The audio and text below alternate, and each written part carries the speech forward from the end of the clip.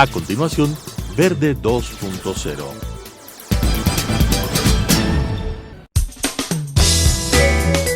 Clasificación A. Apto para todo público.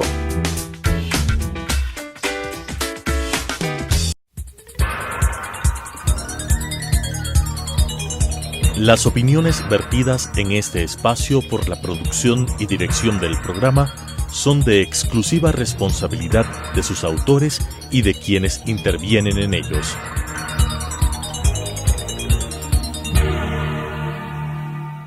Telesucesos Canal 29 UHF presenta Verde 2.0, un programa de variedades sobre el acontecer ciudadano con la conducción de Claudia Arteaga.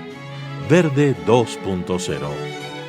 Gracias por estar semana a semana en este espacio con nosotros. El día de hoy tenemos como invitada a la doctora Catherine Ciré. Ella es la directora médica del laboratorio PharmaBrand. Con ella queremos hablar sobre la importancia del calcio, los mitos, los problemas que tenemos. Doctora Ciré, ¿cómo entender cuánto calcio debemos tomar, a qué edades, en qué edades sí, en qué edades no? Hay una serie de mitos, pero fundamentalmente las mujeres requerimos de más calcio. ¿Cómo entenderlo y para qué nos sirve el calcio? Bueno, el calcio, primero buenos días a todos, gracias por la invitación.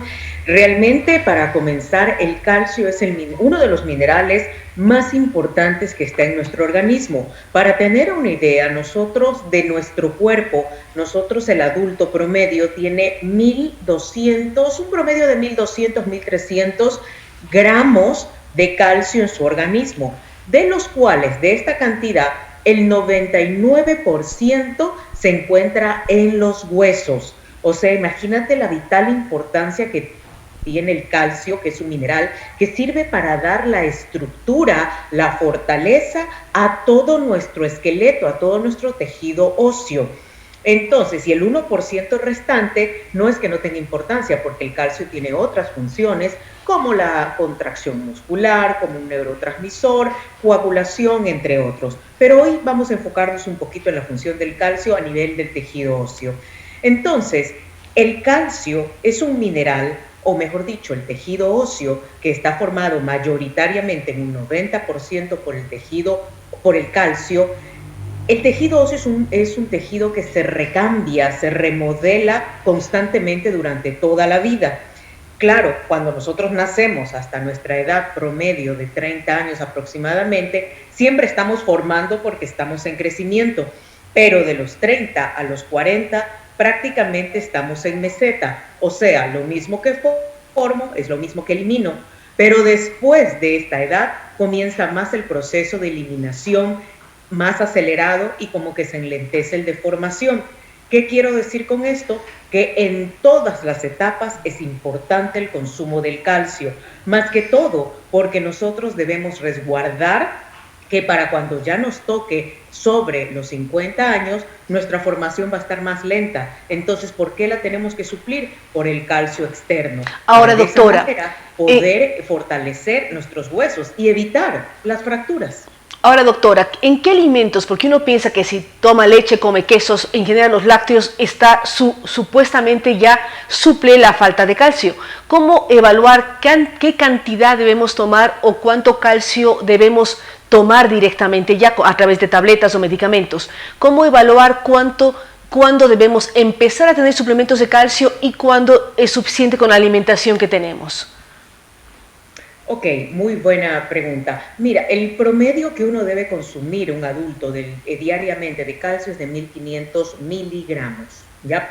¿Esto a qué equipara? Obviamente, los alimentos que me acabas de mencionar son los que tienen más cantidad de calcio. Entonces, vamos, en el desayuno, un vaso de leche, un vaso de jugo de naranja, una rebanada de queso pequeña, ya un vaso de yogur, supliría ya estos 1.500 miligramos por la cantidad de calcio que contienen estos alimentos. Pero vamos, también hay otros productos, por ejemplo, ahora que hay muchas personas veganas, hay muchos productos como vegetales que contienen alto contenido de calcio. Por ejemplo, los chochos tienen alto contenido de calcio, las leches vegetales también.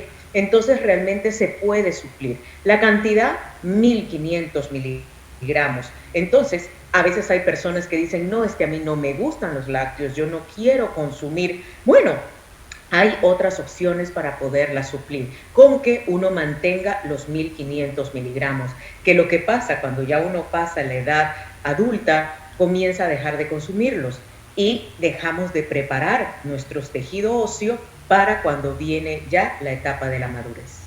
¿Cómo evitar temas de osteoporosis que es por falta de calcio? ¿Cómo evitar el debilitamiento de los huesos? Que uno pasa los años, se cae y se puede romper fácilmente un hueso por falta de calcio. ¿Cómo conseguir además un elemento que permita que el calcio vuelva a los huesos, se pueda fijar y no se elimine a través de las diferentes formas de eliminación que tiene el cuerpo humano?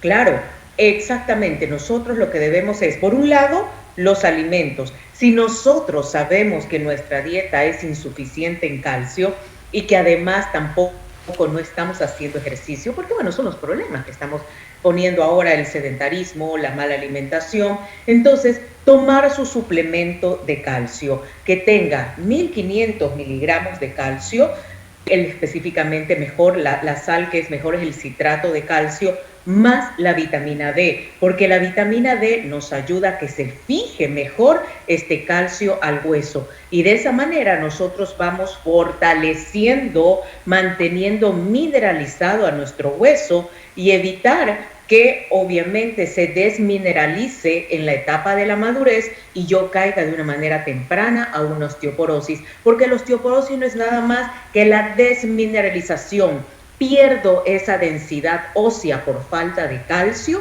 y otros elementos, pero principalmente por calcio, y el hueso se vuelve frágil. Entonces hay personas que el hueso se vuelve tan frágil, Claudia, que solo con toser se les rompe a veces las costillas.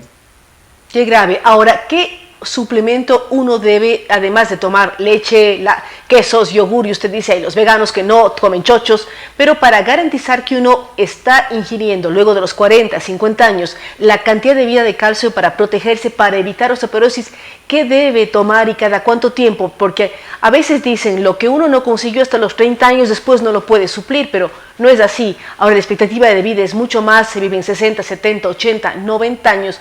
¿Cómo tener una buena calidad de vida evitando estos huesos de cristal que se rompan con facilidad?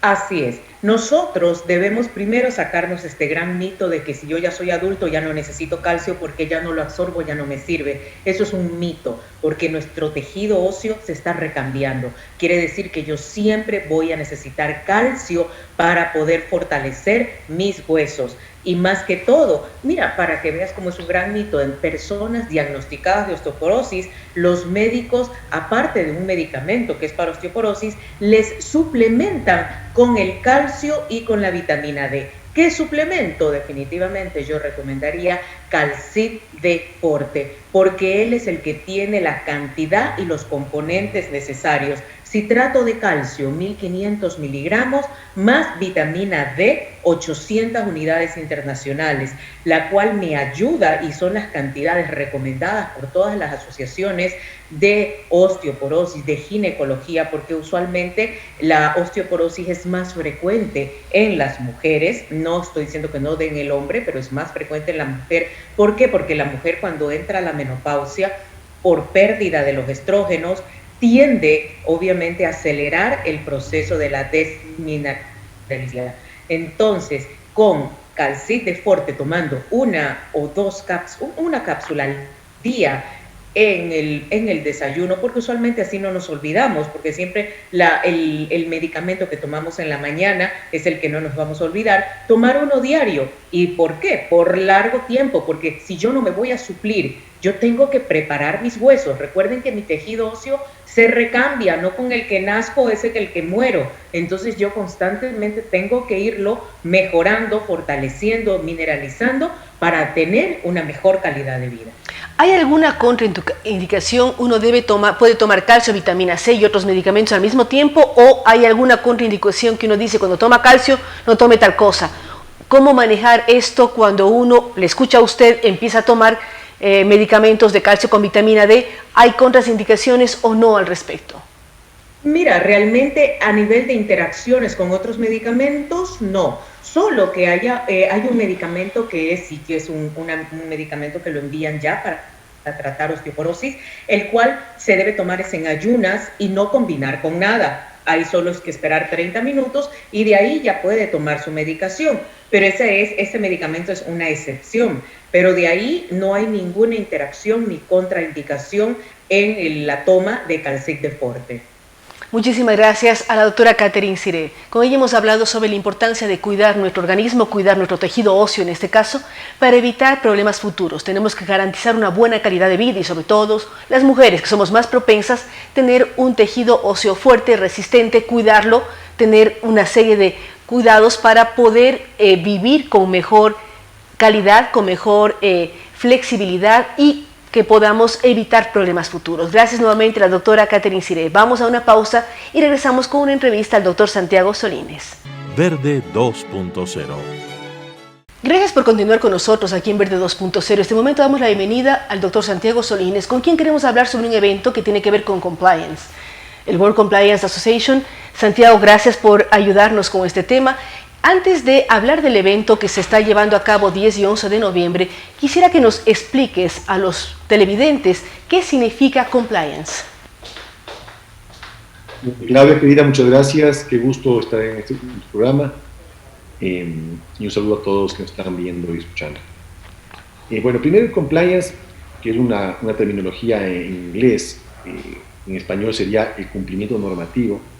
Es un conjunto de procedimientos y buenas prácticas adoptadas por las organizaciones, sean estas públicas o privadas, o sea, pueden ser empresas públicas privadas o instituciones públicas, que buscan identificar y clasificar los riesgos operativos y legales a los que se enfrentan estas organizaciones a través de mecanismos internos de prevención, de gestión, de control e inclusive de reacción frente a estos posibles problemas de opacidad, de falta de transparencia, es decir, de actos de corrupción o de delitos. El compliance realmente es una filosofía que puede introducirse dentro del ADN de las organizaciones y a partir de esta filosofía debe derivarse procesos internos que permitan justamente cruzar información, involucrar a toda la organización, a la alta gerencia de las empresas o a los altos funcionarios de las instituciones públicas y a los mandos medios y al resto de personal que pueda estar en cada una de estas instituciones. Entonces, lo que se busca justamente es evitar que haya corrupción a través de cruces de información, de controles, de verificaciones, y para eso tienes tú canales de denuncias, puedes implementar canales de denuncias, un código de ética, el buen gobierno corporativo, e implementar ISOs, para que puedas tú controlar temas en el ámbito contable, financiero, etcétera. Entonces, son mecanismos, son procedimientos que te van a servir para controlar justamente que no haya corrupción, que no haya actos opacos y que no haya defraudaciones. Ustedes están llevando a cabo el segundo evento, el segundo Summit de Transparencia. ¿Cómo evaluaron el primero? ¿Por qué lo llevan a cabo ahora este segundo Summit de Transparencia 11 y 12 que apunta al compliance? ¿Qué elementos están buscando? ¿Cómo unificar sector público, sector privado y academia para que todos aprendamos la importancia del cumplimiento de la normativa jurídica, cómo cruzar datos y luchar y conseguir realmente erradicar los temas de corrupción? El año pasado, Claudia, hicimos este Summit Transparencia. Summit en español es cumbre, esa primera cumbre de transparencia y lucha contra la corrupción. Fue presencial, evidentemente, en ese año, el año pasado, porque las posibilidades nos permitieron hacer esto. Asistieron panelistas internacionales y también panelistas nacionales de gran envergadura, tanto empresarios de primer nivel de grandes empresas como altos funcionarios de instituciones públicas, máximas autoridades de instituciones públicas también, implementado, etcétera. Y fue un día muy interesante, porque fue un día completo de mesas de trabajo y de discusión. Este año hemos decidido hacer 2 mesas y lo hicimos, contestando tu pregunta, porque el año pasado fue un evento muy bien recibido por empresarios, por la academia, por oficiales de cumplimiento, por gente del sector público. Entonces, queríamos justamente que esto tenga una secuencia anual, por lo menos, además de pequeños eventos que hemos hecho a lo largo de todo el año, en este 2020, que justamente lo que buscan, Claudia, más allá del éxito que puede tener uno u otro evento, es comenzar a discutir, a conversar, a conocer sobre lo que implica el compliance y la lucha contra la corrupción en el mundo, no solamente en Ecuador. Y la necesidad de que esto sea entendido y conocido para que después pueda ser interesado en organizaciones, como te decía hace un rato. Entonces, esto es un tema justamente de lograr, a través de la World Compliance Association, que es la organización que yo represento aquí en Ecuador, el capítulo de Ecuador, pero hay muchas otras organizaciones que también están dedicadas a esto, que es justamente fomentar la transparencia, fomentar el cumplimiento normativo y lograr con esto que la sociedad avance, que las empresas se robustezcan, que sus marcas crezcan, que puedan hacer negocios internacionales, que no haya, digamos, el desvío de recursos ni públicos ni privados, ¿no?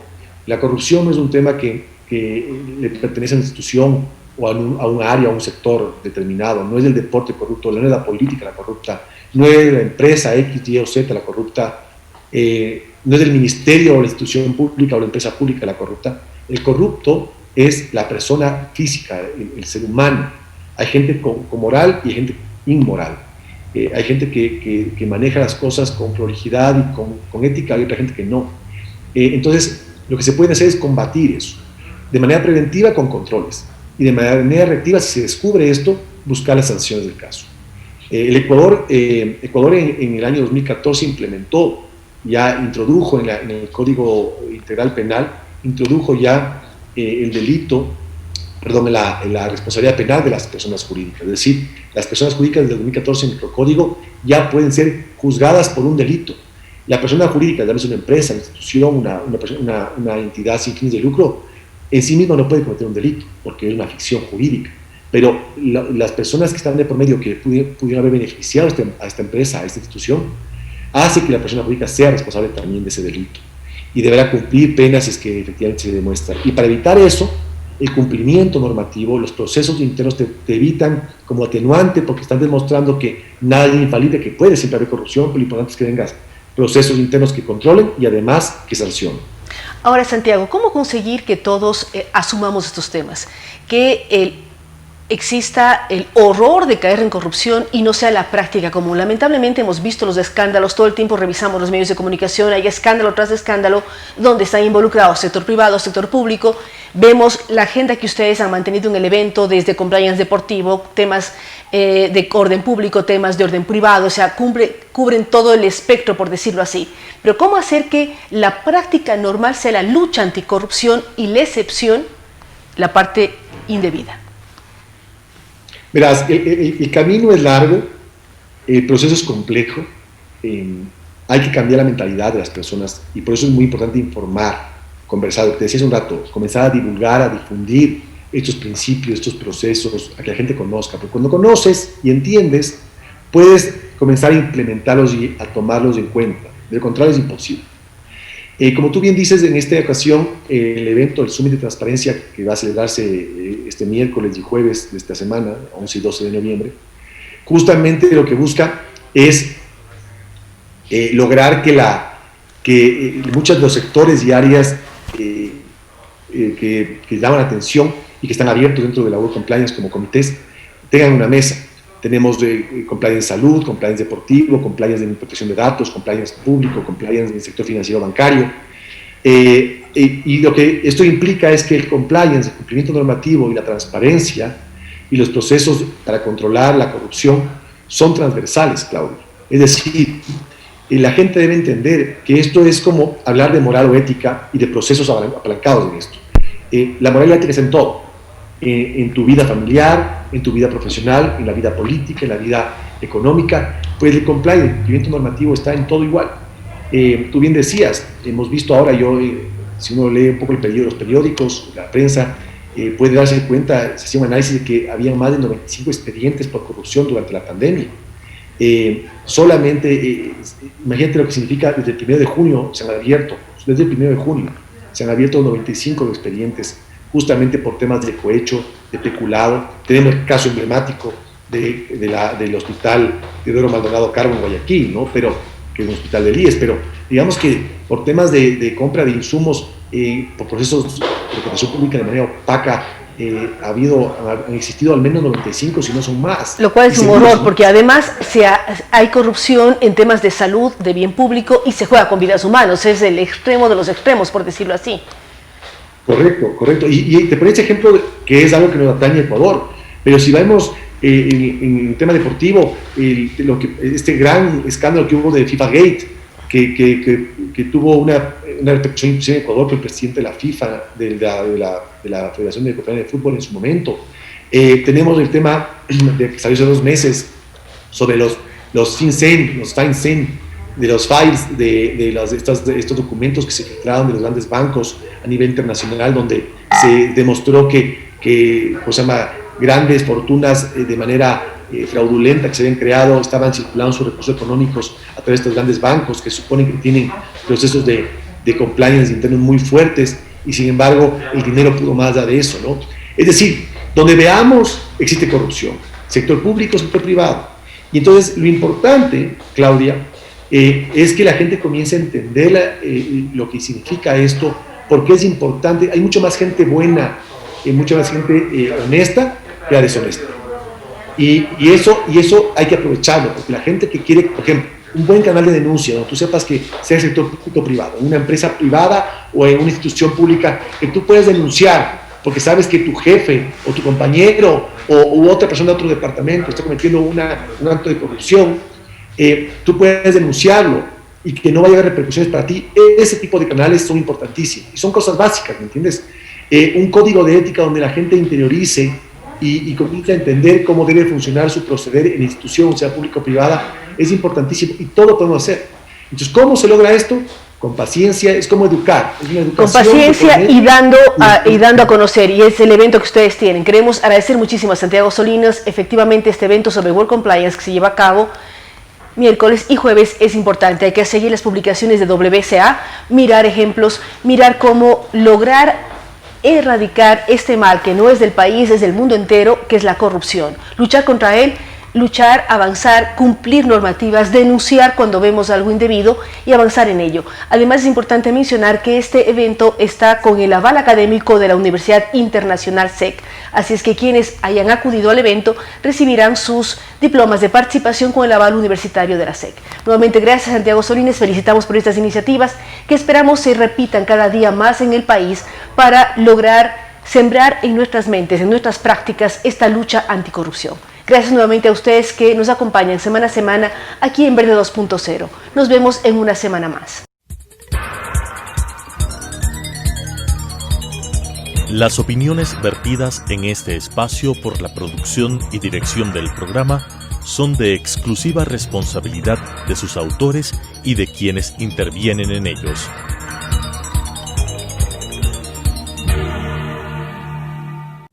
Telesucesos Canal 29 UHF presentó Verde 2.0, un programa de variedades sobre el acontecer ciudadano con la conducción de Claudia Arteaga. Verde 2.0.